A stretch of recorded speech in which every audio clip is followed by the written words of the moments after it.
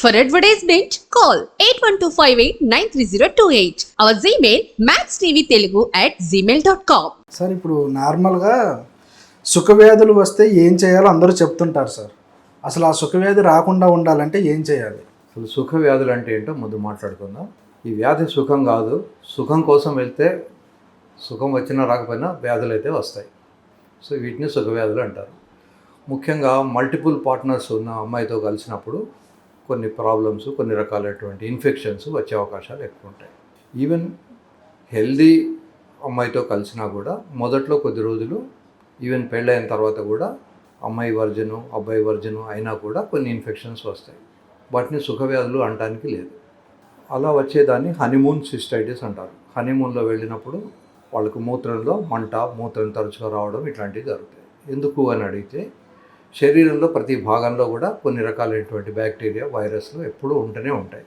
అందుకనే ఎక్కడ ఇంజెక్షన్ చేసినా సిస్టర్లు స్పిరిట్తో క్లీన్ చేసి తర్వాత ఇంజెక్షన్ ఇస్తారు. అలా క్లీన్ చేసినప్పుడు ఫర్ ఎగ్జాంపుల్ 1 సెంటీమీటర్లో 1,00,000 బ్యాక్టీరియా ఉన్నాయనుకోండి, అవి 1,00,000 ఉండవు. స్పిరిట్ చేసిన తర్వాత స్పిరిట్తో క్లీన్ చేసిన తర్వాత అవి 10,000కో పడిపోతాయి. అప్పుడు ఇంజెక్షన్ ఇచ్చినా కూడా బాడీ వాటిని తట్టుకుంటుంది. ఆ 10,000లో 1000 బ్యాక్టీరియా కనుక లోపలికి వెళ్ళినా బాడీలో వెంటనే వాటిని తినేస్తాయి, కనుక మనకి ఏమీ ప్రాబ్లం కాదు. కానీ అయితే శరీరంలో ప్రతి భాగంలో ఉన్నాయి, ఎస్పెషల్లీ తడి ఉన్న చోట ఎక్కువ ఉంటాయి. సో మగవాళ్లకు ఆడవాళ్లకు జననంగాల్లో తడి ఉంటుంది, కనుక కలిసినప్పుడు వస్తాయి. ఈ సుఖవ్యాధులు సామాన్యంగా సిఫిలిసు, గనేరియా, హెచ్ఐవి ఇట్లాంటి ఎల్జీవి ఇట్లాంటి వ్యాధుల పేర్లు సుఖవ్యాధులు అంటారు. ఈ సుఖవ్యాధులు రావడానికి కారణం అబ్బాయి అమ్మాయి సంసారం చేసినప్పుడు ఒకళ్ళ సీక్రెషన్స్ ఇంకొకళ్ళకు టచ్ అవ్వడం. అయితే చాలామంది అనుకుంటారు, మేము కండోమ్ పెట్టుకున్నాం కదా, కండోమ్ పెట్టుకుంటే మాది సేఫ్ సెక్సే కదా, మాకు ఎందుకు వస్తుంది. కండోమ్ కూడా నాట్ 100% సేఫ్, కొంతవరకే సేఫ్టీ. ఒకసారి అంగం కనుక మెత్తబడితే సీక్రెషన్స్ ఎక్స్చేంజ్ అవుతాయి. ఆడవాళ్ళు మగవాళ్ళకి పోతాయి, మగవాళ్ళు ఆడవాళ్ళకి వస్తాయి. సో పెనిస్ హార్డ్ ఉన్నంత వరకే కండోమ్ దానికి పట్టుకొని ఉంటుంది. అది మిస్నామర్. కండోమ్ పెట్టుకొని చేయడం అనేది సేఫ్ సెక్స్ అంటే కొంతవరకు పర్వాలేదు, బట్ నాట్ 100%. ఈ సుఖవ్యాధులు వచ్చినట్టు ఎలా తెలియాలి మనకు అంటే, సామాన్యంగా మూత్రం వచ్చే ప్లేస్లో మంట కానీ, దురద కానీ, జ్వరం కానీ, అందులోంచి చీమ్ కారడం కానీ, లేదా ఈ జాయింట్స్లో, వీటిని తెలుగులో గజ్జలు అంటారు, లేదా గ్రాయిన్స్ అంటాం, అక్కడ ఒక రకమైనటువంటి బిళ్ళల్లాగా రావడం, లింఫెడినోపతి అంటారు, ఇంగ్వేనో లింఫెడినోపతి, ఇట్లా రకరకాలైనటువంటి సిమ్టమ్స్ తోటి అది బయటకు వస్తాయి. ఇది వచ్చిన తర్వాత సామాన్యంగా పేషెంట్లు సిగ్గుపడి ఏం వైద్యం తీసుకోరు, లేదా చిన్న చిన్న డాక్టర్ల దగ్గరికి వెళ్ళి సరైన వైద్యం కాకుండా ఏదో ఒకటి తీసుకొని అప్పుడు టెంపరీగా తగ్గించుకుంటారు. అది లోపల ఉండిపోతుంది.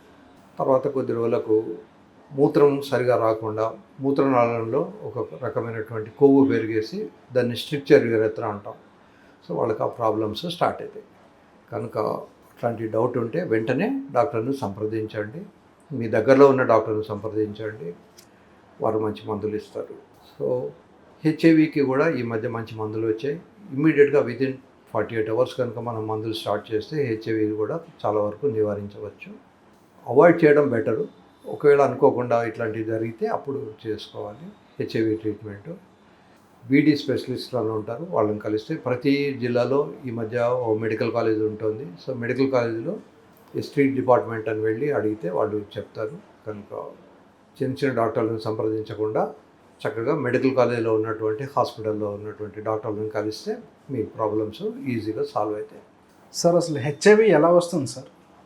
హెచ్ఐవి అనేది ఒక రకమైన వైరస్. ఇది కోతుల నుంచి మనుషులకు వచ్చింది.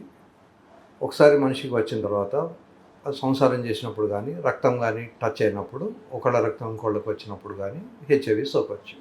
కేవలం సంసారం చేయడమే కాక నోట్లో పెట్టినప్పుడు కూడా, ఒకవేళ నోట్లో కనుక అల్సర్స్ కానీ, పుళ్ళు కానీ ఉంటే హెచ్ఐవి ఉన్న వ్యక్తికి అది రావచ్చు. ఆడవాళ్ళ జనాంగాల్లో కూడా సీక్రెషన్స్ ఉంటాయి.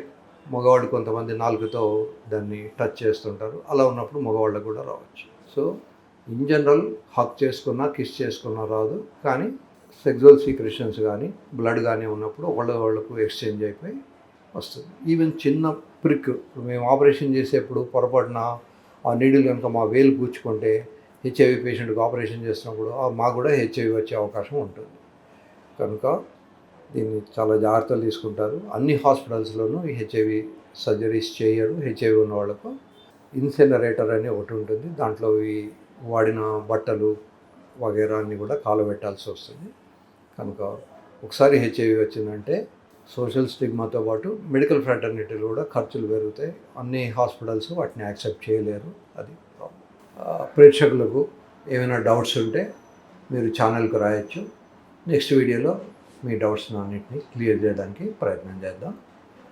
సో లైక్ చేయండి, మీకు తెలిసిన మిత్రులకు ఇది షేర్ చేయండి, సబ్స్క్రైబ్ చేయండి. Thank you.